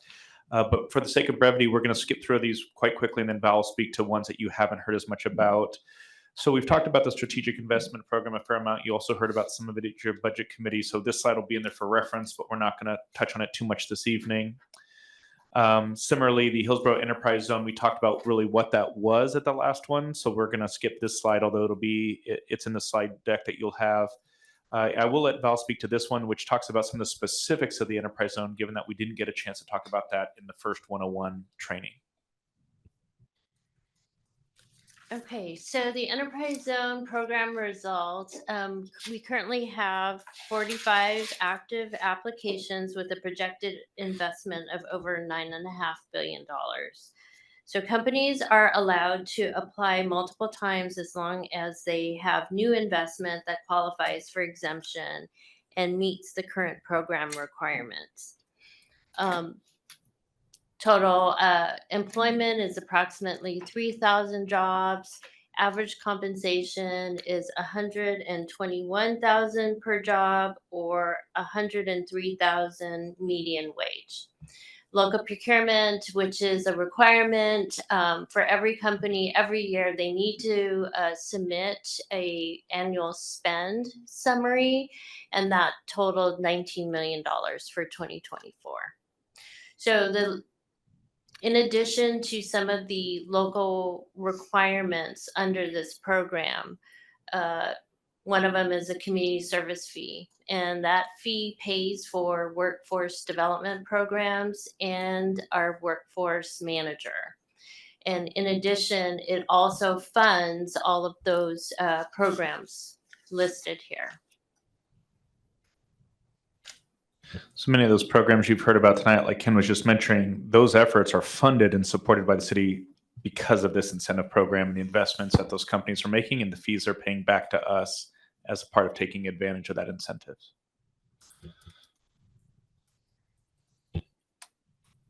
Okay, and this is the enterprise zone boundary. So in order for a company to be eligible for the tax exemption, they need to be located within the boundary.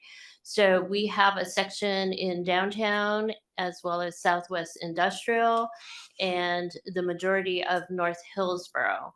The green circled area is an expansion area that was recently approved by the state.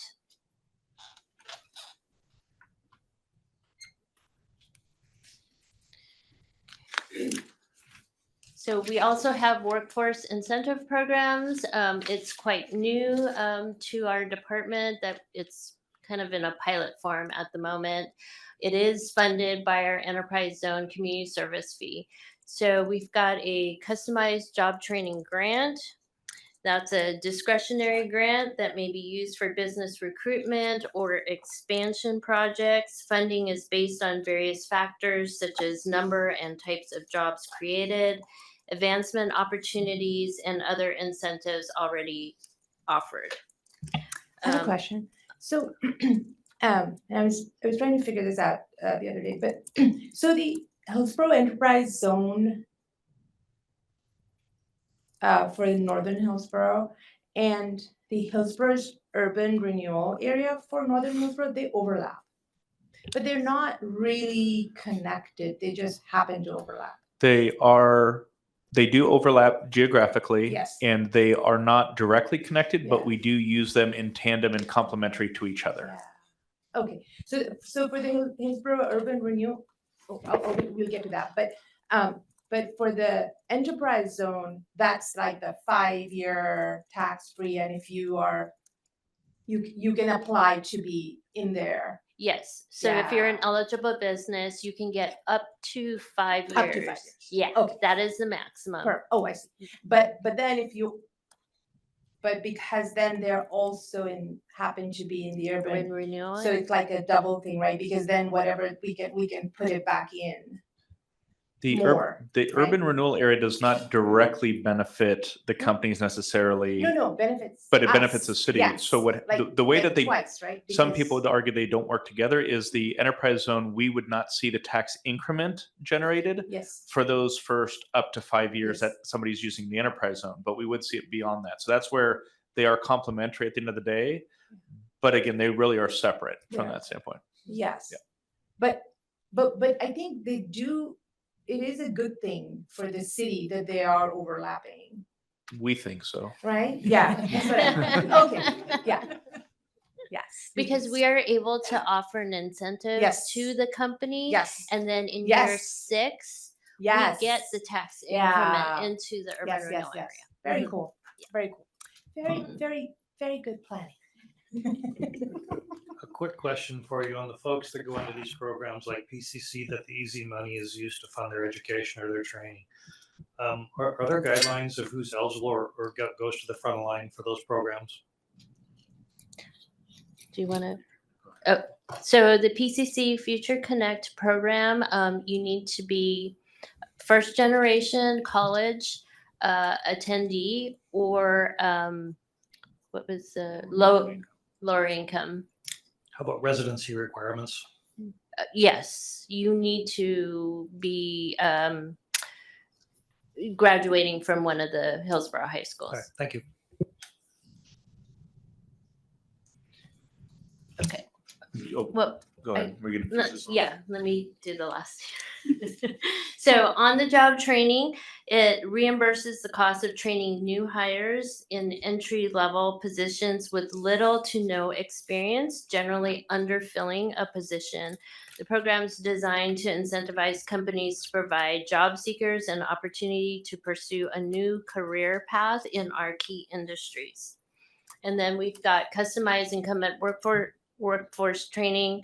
This program reimburses the cost of ongoing skills training for groups of employees at a company in a specific area, such as advanced manufacturing, food processing, or technology.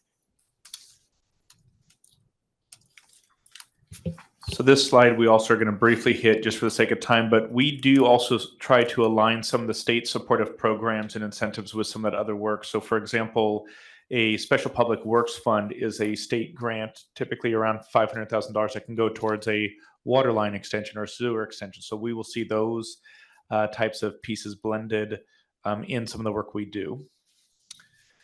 We are going to, similarly with the tax increment financing districts, you've had the overview of what is tax increment financing, how it works. So we thought it most beneficial to probably skip this slide, which is a refresh of the last presentation, and really focusing on then what are the downtown urban renewal districts really producing that our community gets to enjoy. So we'll turn it over to Carla for that. Thanks, Dan. Good evening, Mayor and Council. Carla Antonini. I work on downtown revitalization for the city. Revitalization plans, activities, and investments have been going on downtown since the early 80s and have continued through actions outlined in the 2020 vision, the 2035 community plan, as well as those in the downtown framework plan, downtown urban renewal plan, and the cultural arts action plan. The goal actually is to create a vibrant 18-hour downtown, including retail shops, restaurants, arts, culture, and increased residential units. The downtown framework plan was adopted in 2009. It provides direction and funding for a healthy, stable, and sustainable downtown Hillsboro.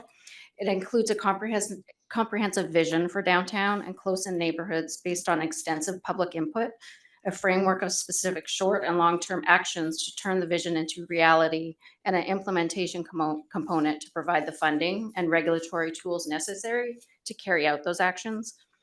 The plan outlines goals and policies to inform actions and development in downtown.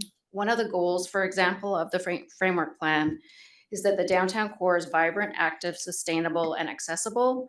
So in order to achieve that goal, one of the actions is to support a range of new housing opportunities, especially within walking distance of light rail stations. So Fourth Main is an example of that, and it was built in 2014.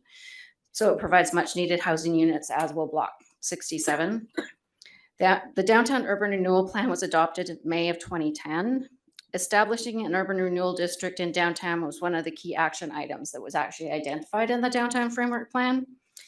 And you know that urban renewal is a financing tool used to stimulate suitably located growth in underdeveloped areas. The urban renewal plan allows capital projects that improve the urban renewal district, such as transportation facilities, lighting, trees, and financial and technical assistance for private investments, such as storefront and tenant improvement grants, catalytic grants, and land acquisition for key redevelopment sites. In 2024, the Downtown Urban Renewal District brought in approximately $2.6 million in tax increment. Go to the next one. So this is a slide that shows some of the financial assistance programs that we have in the Downtown Urban Renewal District. So we have a storefront improvement grant. We really elevated this in 2015. This is a dollar for dollar matching grant up to $40,000. And this grant can be used for signage, exterior painting, new windows, doors, anything that will enhance the facade. And then our tenant improvement grant is relatively new. We started that in 2020. And this is to increase the number of restaurants, wine bars, brew pubs, and drinking establishments. Restaurants are extremely expensive to build out. The TI grant can be used for a variety of interior projects, such as installing, a type 1 hood, grease trap, interior lighting, flooring, ADA or seismic upgrading, and other building code upgrades. And this too is also a $40,000 maximum, but there's 2 levels to it. There's a level 1 grant, which is a 50% city match. And that's for smaller projects like installing floors or painting interior walls. And then the level 2 grants are major projects. So that's like putting in a whole commercial kitchen, let's say, with a type 1 hood and grease traps. And catalytic grants is the very last one. And we've only done 2 of those. And that was for Backwoods Brewing, Rooftop Deck, and then Grand Central Bakery, the European kind of style plaza at Main Street Commons. Hey, I have a question. So, Sure. These grants are given to the owners of the buildings? They can actually be given to either the owner or the tenant. Okay. Of course, the tenant would need the owner's okay. Yeah. Okay. Have you had luck with the tenant Oh yeah. improvement? Oh, the TIs? Yes. Yeah. Did I put on there how many we did? Oh, yeah, we've done 22 of them since 2020. What is, I don't know how to take that number out of. Oh, out of what? so 22 tenants have, or building owners have taken advantage of And that how- type of grant. And how many building owners do we have? Oh, okay. Now you're testing me. Yeah, that's what I meant. 22 is good, but I don't know what the total number is to sort of Like get an 22 of idea. 1,000 or 22 of 25. Correct. Right. Yeah. Just asking. Okay, so I'm just kind of trying to figure like- out, do the owners have they taken advantage, or is it the tenants who are taking more advantage? it's of a the mix, grants? honestly. Yeah. So like the Hillsboro Downtown Station that's owned by Tai Dang, he did a tenant improvement grant to build out that food cart pod. The owners of Blue Ox, they did a tenant improvement as well to put in the Blue Ox. So it is a mix really Okay. of owners and tenants. It might be good to sort of have a idea of the Total? Yeah, I can, right, yeah, sure. because then there'll be like a goal also of Mm-hmm. 50% of Right. taking it or And to something. understand outreach. Yeah. Thank you. Yeah, you're welcome. Okay, downtown programming. Part of activating downtown includes events and making the downtown look beautiful with seasonal banners and flower baskets, as you can see there. In October, we hire a contractor to install roofline lighting on the buildings along 10th Avenue, and then we have them install twinkle lights on the trees downtown just to enhance the district, support local businesses during the critical season for revenue generation. And then the lights stay up until the end of March. In addition, the city supports those events that are listed there. The Farmers Market, which celebrates the city's rich agricultural history by connecting the community with local farmers and artisans that provide fresh seasonal produce and products. And that runs the last Saturday of April through the end of October. And then Tuesday Night Market runs for 12 weeks on Tuesdays. And that's a big party. And then holidays, we close the streets and we have vendors and drinks and food. And then the tree lighting caps it all off. And then the last one is La Strada, where the artists, chalk artists, create amazing artwork on the street, and you can kind of watch it over the couple days that they do that. And then I just wanted to talk to you a little bit about the investment that we've kind of created in the downtown. In 2015, the Hillsboro Economic Development Council helped to facilitate Bag and Baggage's purchase of the building at 350 East Main Street from Tocola Properties. HEDC loaned Bag and Baggage $775,000 to purchase the building to be repaid over 20 years. We wanted to keep them downtown. The Venetian was getting was being foreclosed on, and so they were basically getting kicked out of their space, and we wanted to retain them in the downtown. So we've loaned them the money so that they could purchase that building.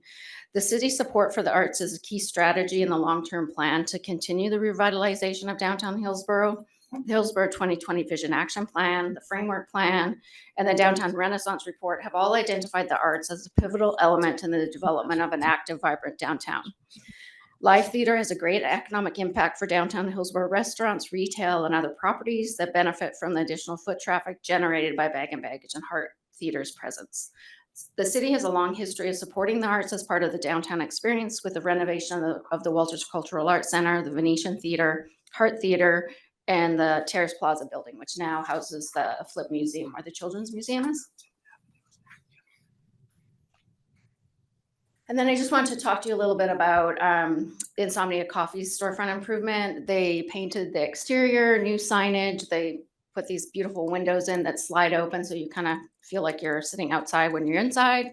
So that was a great addition to the downtown. And then the other one is Main Street Commons, which you're all familiar with at 2nd and Main. The US Bank closed their doors during COVID, during the onset, and it sat vacant, so it wasn't helping anything. It was not contributing to the community's economic vitality. A developer approached city staff to discuss a catalytic development. So the city entered into a public-private partnership with the developer. We sought to support the developer's vision to reimagine the property, moving from a bank to an exciting and unique collective of quality food and beverage purveyors. So the Hillsboro Economic Development Council supported the redevelopment of the site with a pre-development matching grant of up to $50,000 to assist with site feasibility, design, and due diligence, and then $670,000 to assist in the rehabilitation and redevelopment of the building, so that they could become, with the 4 restaurants and the Thank you. beautiful plaza. I'm going to interrupt you there, Carla, sure. just for a second. Councilor Alcare has a question. Oh, sure. She's online. Carla, can you define what is downtown geographically for council? Oh, sure. So do you want me to do the urban renewal district or? Just the downtown. What Okay. you refer to that is downtown. Okay. It's a large, a large area. So it is from 1st to 10th, and then it includes Oak Baseline, the avenues, and along 10th Avenue. Is that helpful? Yes. Yes. Thank you. Okay.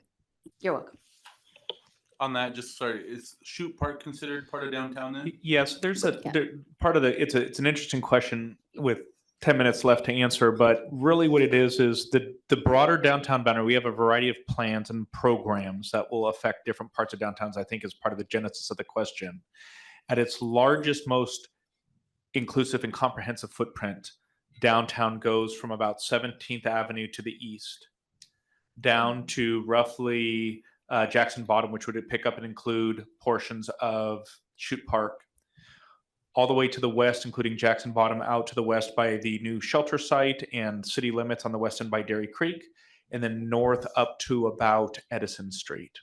That is the largest, most comprehensive footprint. Within that, there are different districts, some of which you'll hear referred to in different parts of the presentation. So acknowledging it can be quite confusing, but there are some specific sub-area plans to that, or neighborhood programs and efforts too.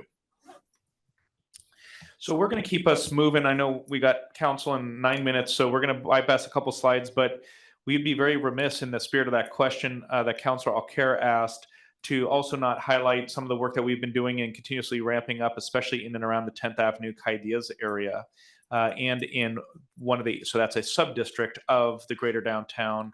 Similarly, Block 67, which technically falls more towards the Health and Education District, which is immediately to the west in those areas in and around Pacific University and formerly Tualdi, now OHSU Medical Center. But we have convened for the last year plus a community advisory committee to really help to determine a updated vision for that district, and particularly that quarter of our downtown. Some of that will include identifying key target sites, also seeking to support the existing businesses that are in that area. So for example, you can see El Chino on this slide. They were a recipient of some of those storefront and tenant improvement grants that Carla mentioned earlier that are in part of the broader downtown. There's a variety of transportation improvements here as well. And so a lot of activity just in our downtown alone could be almost a full evening's presentation. But this is a economic development holistic overview. So we're hitting each of these probably with not due depth, but at least some breadth. Additionally, we're going to skip over the North Hillsboro Industrial Renewal. I'm so Yes. sorry. This is ahead. Councilor O'Hare. I just want to make a recommendation that the 10th Avenue businesses become part of the Community Advisory Committee for Calles Development. I think their input as businesses there, their input is very critical. Thank you. Councilor Rucker, this is Robbie. I believe we have a couple of the businesses that are on there now, and that's usually a subset. So we'll confirm that and make sure that they are represented. So we will move through these slides again. They'll be in your presentation. You heard a little bit about them at the first 101 training, and you'll be hearing more about this topic in the future. But I did want to take the remaining moment just to let Val talk briefly about site. We'll skip site readiness given the time. We're going to close. We'll come back at a future date with that. But I just wanted to close with one key takeaway is this work is done by this small but mighty team, really at the direction of you with both your city council hat on and your economic development council hat on. But it also really is enabled and really maximized through the partnerships. And so you've heard a lot about those through this evening, but we really wanted to close highlighting all the partner, not all, but most of the core partners here. There's many more than we could fit on this one slide, and close that out. And we'd be happy with the last minute or two to take any questions or follow up as Robbie mentioned. So thanks for the time and the opportunity to present on this topic.